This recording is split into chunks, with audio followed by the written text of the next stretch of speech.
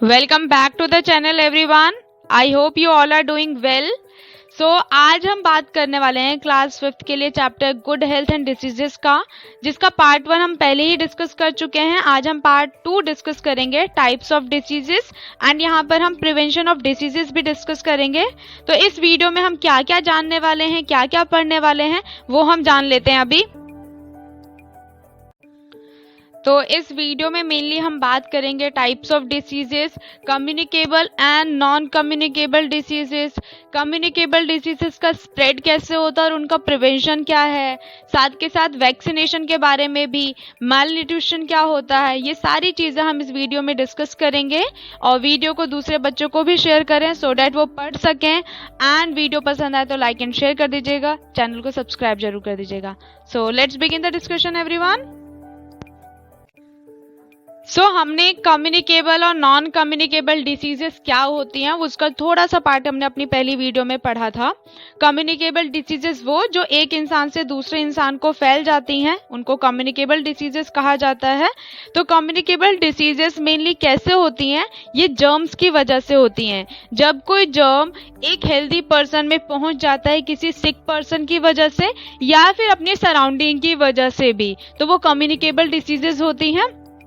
इसके जर्म्स को अगर हम नाम देना चाहें तो हम उनको माइक्रोब्स कहते हैं, क्योंकि वो इतने छोटे होते हैं कि हम उन्हें नेकेड आइज से नहीं देख सकते हैं और वो कहीं पे भी ग्रो कर सकते हैं, सॉइल में भी, बाहर हमारी सरफेस पे भी या हमारी बॉडी के अंदर भी।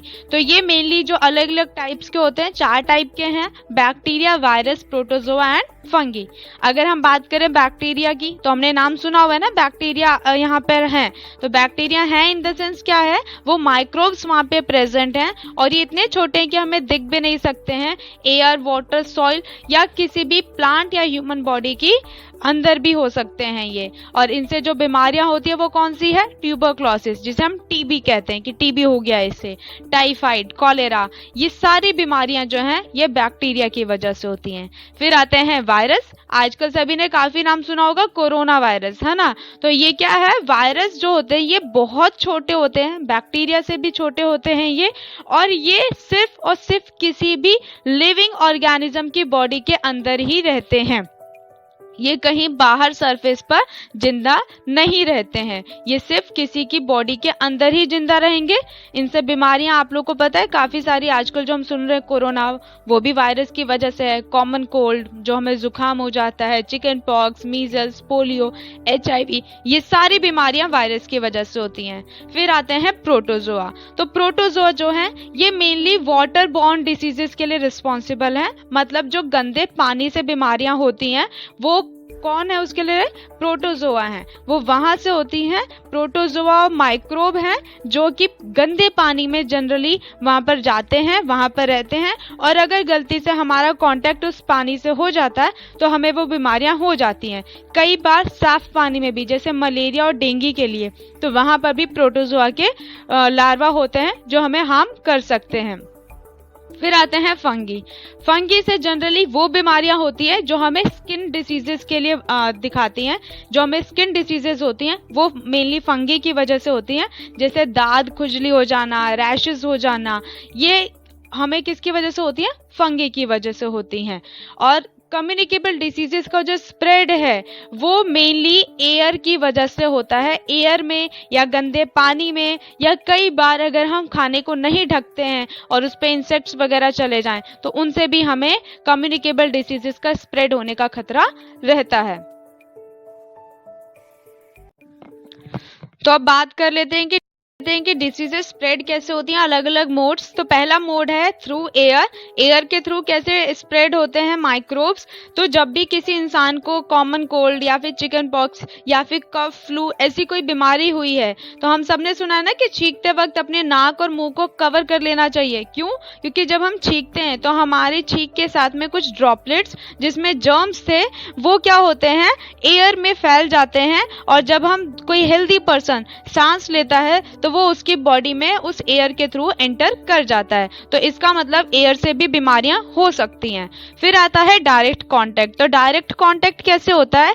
कोई बीमार व्यक्ति है, उसने जिस बर्तन में खाना खाया है या जो तौलिया यूज किया है या जो बेडशीट्स यूज की हैं, जो कंघा यूज किया है, इन सब में अगर उसकी बॉडी से जर्म्स अटैच्ड हो गए थे तो वो क्या हो जाएंगे? एक हेल्दी पर्सन ने अगर उसको यूज किया तो वो उसकी बॉडी में भी जा सकते हैं। फिर आता है कि इन्फेक्टेड फूड या वाटर। तो जो हम बाहर खाना खाते हैं उस बाहर के खाने में कई बार एयर से आए हुए बहुत सारे जर्म्स भी लग जाते हैं, या अगर हमने खाने को कवर नहीं किया था तो इन सारी चीज़ों की वजह से क्या होता है? हमें बीमारियां हो सकती हैं, जैसे कॉलेरा, डायरिया, फूड पॉइजनिंग। ये सारी बीमारियां, जॉइंटिस, टाइफाइड, ये सब किसकी वजह से होती हैं? अगर हमने खाने को कवर नहीं किया था, उस पे इंसेक्ट्स आकर के बैठे और इंसेक्ट्स ने क्या किया हुआ था? जर्म्स को कैरी किया हुआ था अपनी बॉडी पर, और हमने उस खाने को खाया और हमें क्या हो गई?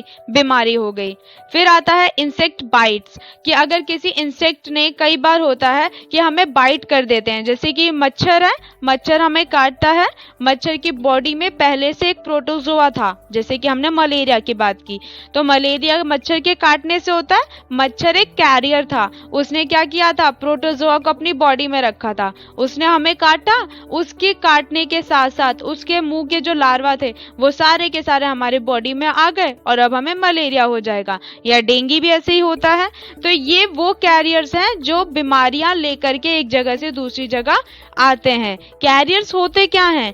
कैरियर्स होते हैं वो कोई ऑर्गेनिज्म जो कि जर्म्स को अपनी बॉडी में लेकर के और दूसरे पर्सन को ट्रांसफर कर देते हैं।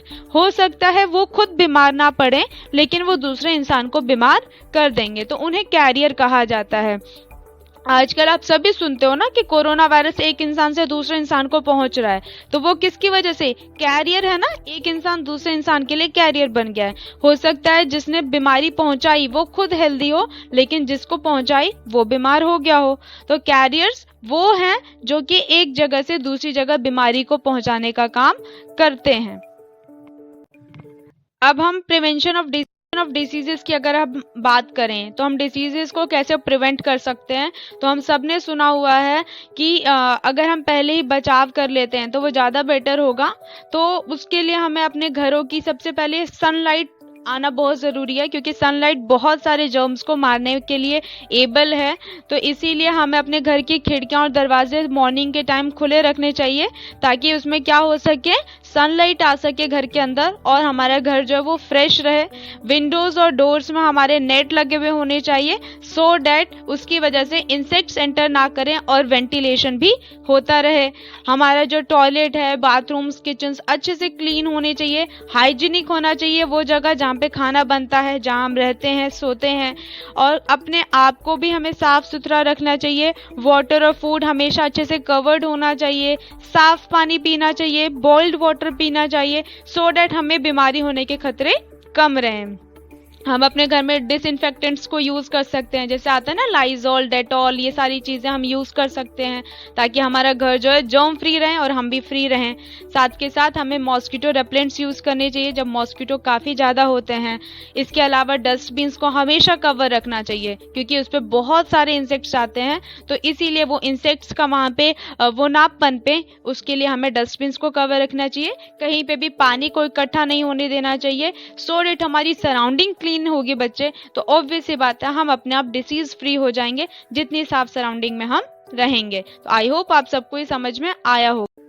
तो अब अगर बात करें वैक्सीनेशन की, तो वैक्सीनेशन क्या है? आजकल सभी नाम सुन रहे होंगे, काफ़ी न्यूज़ में आता है कि वैक्सीन आने वाली है, वैक्सीन आने वाली है। तो बीमारी के होने से पहले जो इंजेक्शंस लगाए जाते हैं उसको वैक्सीनेशन कहा जाता है, ताकि हमें कोई बीमारी आगे चल के ना हो। और ये मेनली कम्युनिकेबल डिसीजेस के लिए ही सिर्फ लगाए जाते हैं, नॉन कम्युनिकेबल के लिए नहीं लगाए जाते हैं।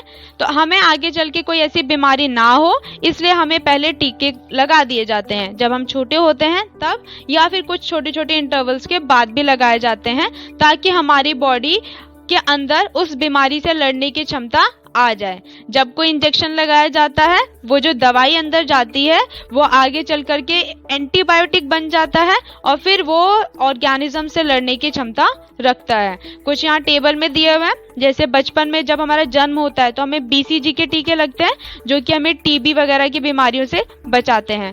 फिर हमें आगे चल के DPT, हेपेटाइटिस, इन सब के टीके लगते हैं। फिर आगे चलते हैं हम तो पोलियो के टीके लगते हैं। फिर उसके आगे चलते हैं तो हमें न्यूमोकॉकल के टीके लगते हैं। फिर उसके आगे फिर दोबारा हमें पोलियो और मीजल्स के लिए टीके लगते हैं। तो ये अलग अलग एज पर हमें अलग अलग तरीके के टीके लगते हैं, जिससे कि हमें आगे लाइफ में ऐसी कोई प्रॉब्लम ना आए।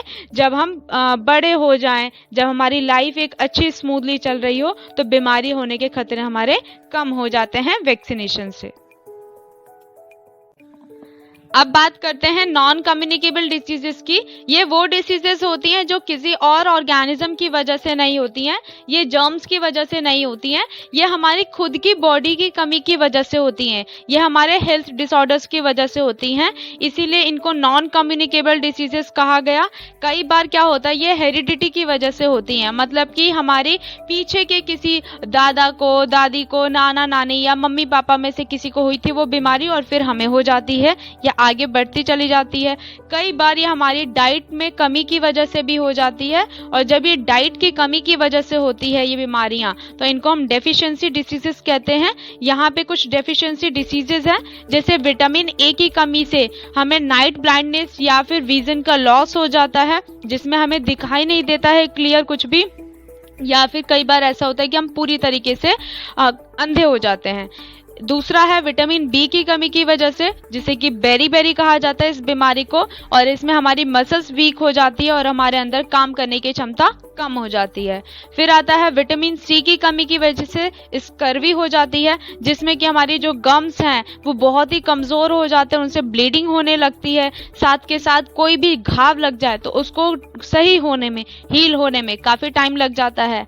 फिर विटामिन डी की कमी की वजह से रिकेट्स नाम की बीमारी हो जाती है, जिसमें कि बोन्स हमारी बहुत सॉफ्ट हो जाती हैं और हल्का सा भी जोर पड़ा और बोन्स टूट जाती हैं, इतनी सॉफ्ट हो जाती हैं वो। फिर कैल्शियम की कमी की वजह से हमारे दांत और हमारी बोन्स इतनी वीक हो जाती हैं कि वो जल्दी से किसी चीज को कैप्चर या हम बोले कि होल्ड नहीं कर पाती हैं, एक अच्छी पोजीशन नहीं मिल पाती है, तो उस केस को हम बोलते हैं कि हमारी बोन्स काफी वीक हो गई हैं। फिर आयोडीन है, आयोडीन की कमी की वजह से गॉइटर होता है, जिसे कि आपने देखा होगा कई बार लोगों के कुछ जो नेक होता है, जो गर्दन होती है, वो फूल सी जाती है काफी ज्यादा, क्योंकि वहां पे हमारी ग्लैंड्स होती हैं, तो थायराइड ग्लैंड जो होती है उसमें दिक्कत आ जाती है, जिसकी वजह से कई बार बच्चों में मेंटल डिसेबिलिटी भी आ जाती है, मेंटल डिसऑर्डर भी हो जाता है उसकी वजह से कई बार। तो आयोडीन की कमी की वजह से होता है। और अगर आयरन की कमी है तो एनीमिया हो जाता है, जिससे कि बॉडी में खून की कमी हो जाती है, वीकनेस काफी ज्यादा रहने लगती है। तो हमें इन सब से बचने के लिए कुछ प्रिवेंटिव फूड्स हैं, इसको अपनी डाइट में बराबर रखना चाहिए, जैसे अच्छी हरी सब्जियां, मैंगो, पपाया, हमें आंवला, टमाटो, साथ में स्प्राउटेड ग्रेन्स रखने चाहिए, मिल्क, चीज, पल्सेस, ये सब अपने फूड में रखना चाहिए। अच्छी सनलाइट लेनी चाहिए, सो डैट हमारी जो बॉडी है वो अंदर से हेल्दी रहे और हमें इस टाइप की कोई भी डेफिशिएंसी डिसीजेस ना हो। अब देखिए कई बार हम लोग देखते हैं न्यूज़ वगैरह में कि जो बच्चे हैं, पिछड़े इलाके के बच्चे हैं, वो कमज़ोर होते हैं काफ़ी ज़्यादा। मैंने यहाँ फोटोज़ दिखा करके दिखाने की कोशिश की आपको कि कई बार डाइट अच्छी ना मिलने की वजह से बच्चों की जो ग्रोथ होती है वो कम एज में ही रुक जाती है और वो फिर पूरी लाइफ उनकी काफ़ी बेकार जाती है और सर्वाइवल में काफ़ी दिक्कतें आती हैं, जिसे मेल न्यूट्रिशन कहा जाता है। कि इसमें हमें खाने के लिए कमी हो गई बचपन में ही, जिसमें कि मेनली 6 महीने से लेके 3 साल की एज में अगर अच्छी डाइट ना मिले बच्चों को तो वो इसके शिकार हो जाते हैं। और उसमें जो 2 मेन डिसीजेज हैं, क्वाशियोरकर और मैरस्मस, ये वो डिसीजेज हैं जिसकी वजह से बच्चों की जो ग्रोथ है वो बचपन में ही रुक जाती है। और यहाँ मैंने आपको दिखाया हुआ है कि क्या होगा, पेट एकदम से निकल जाएगा, बाकी बॉडी पतली रहती है, बाल अजीब से दिखने लगते हैं, ग्रोथ जो हाइट है वो भी इतनी नहीं हो पाती है, स्किन पे पैचेस आ जाते हैं कई बार। तो ये डिसीजेस किसकी वजह से हुई कि बच्चे को अपनी डाइट में कार्बोहाइड्रेट्स और प्रोटीन्स नहीं मिले। तो इसीलिए बच्चे आपको बोला जाता है कि आप प्रॉपर कार्बोहाइड्रेट और प्रोटीन्स अपनी डाइट में रखिए, सो डैट आपको ऐसी कोई भी बीमारी ना हो जिससे कि आपकी ग्रोथ रुके।